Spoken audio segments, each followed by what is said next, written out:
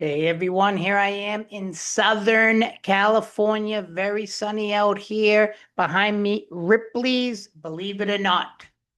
That's my name.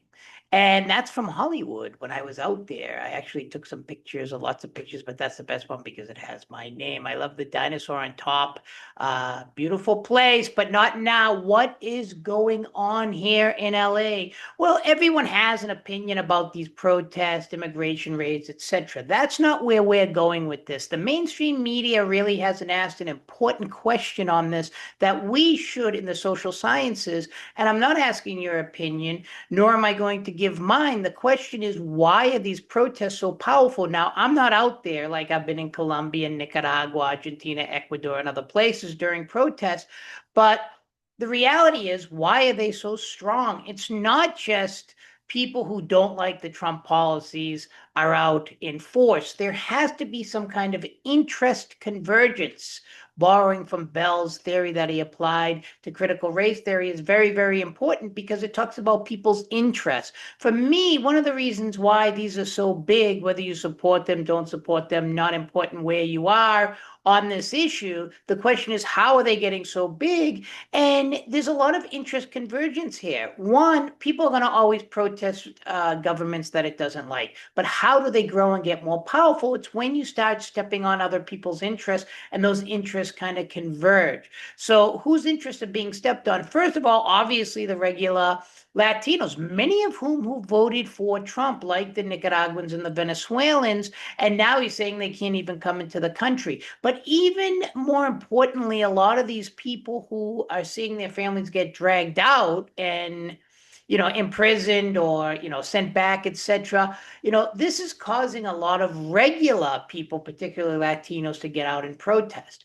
But is that really just it? Absolutely not. One of the things I've noticed, because I know a lot of Latinos in the community, is that it's not just they come here and they find work. Let's say they don't have documents. One of the things I noticed that's very, very interesting is they have documents, but they don't. It's a paradox. These places of employment are actually giving them social security numbers, papers, etc., although they might not be officially legal. What does that tell you? These businesses, many of which are conservative, like Home Depot was just raided in California, Walmart, restaurants, etc., from my point of view, they don't like these raids. The ICE raided Home Depot. They're gonna go. They just did a Nebraska meat packing plant and other areas. And even though these are business owners that want to maintain a steady stream of migrants in order to work there. And they actually give them papers. They actually give them Social Security, and they actually do pay into Social Security, but don't get the benefits unless they get on a path to legality, which is kind of interesting, which it shows you these businesses want these migrants. I remember talking to someone, I was very, very surprised that we do have factories in the United States, a lot in New Jersey, New York, and they were being employed there, these undocumented workers, particularly from Latin America.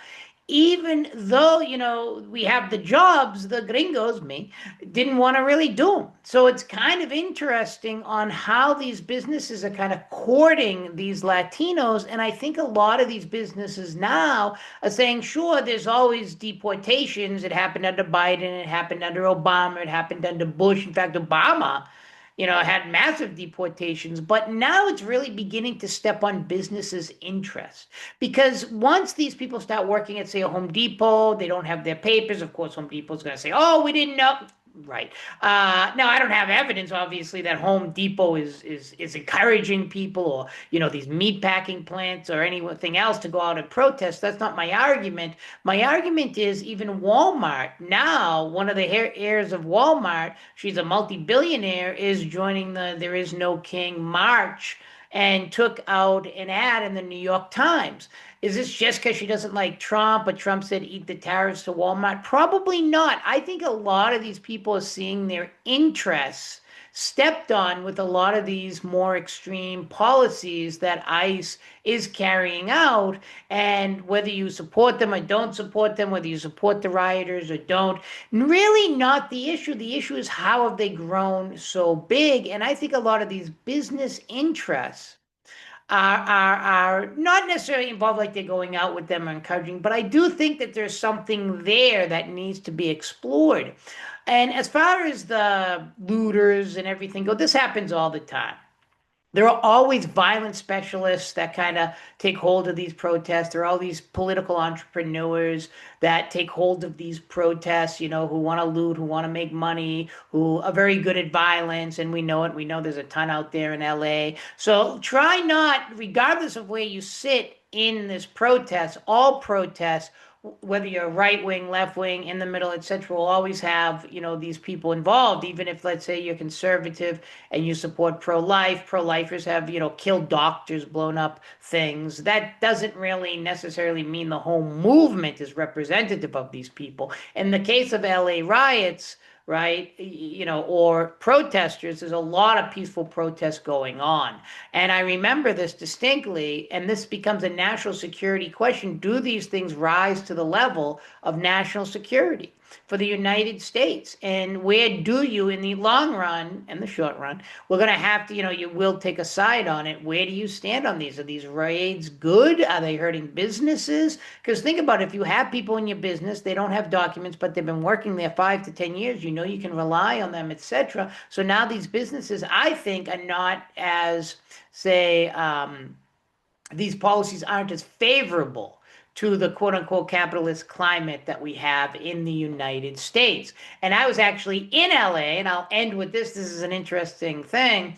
I was in LA when the Rodney King, that shows how old I am, riots went on, and you saw such, things similar, right? There were legitimate people out there protesting no violence, and then you had the people looting, a lot of looting in that time, taking advantage of these protests. You had violence specialists, etc. In fact, I was working, and my boss wouldn't let me go because the business was doing so well, and I'm like, they're gonna kill me when I'm out there. I actually got into UCLA. I went for about a week and then they kicked me out. So, what do you think of this? But this is that was a long time ago. This is a more recent picture. Ripley's, let's see, I got my new swiveling chair from Goodwill. Ripley's, believe it or not, right there on Hollywood Boulevard, where I actually used to live when I was a little kid before most of you were born. And although I'm from Boston, Massachusetts. And I'm an idiot because I never bought property there or anything else when it was dirt cheap. And now look at it. It is worth millions. Hey, thanks everyone. And think and answer that question. Does the protest that's going on in LA rise to a national security concern? Or are ICE raids a national security concern? Is this against the security of human beings? That's it. Take care, everyone. And I'd love to hear what you have to say.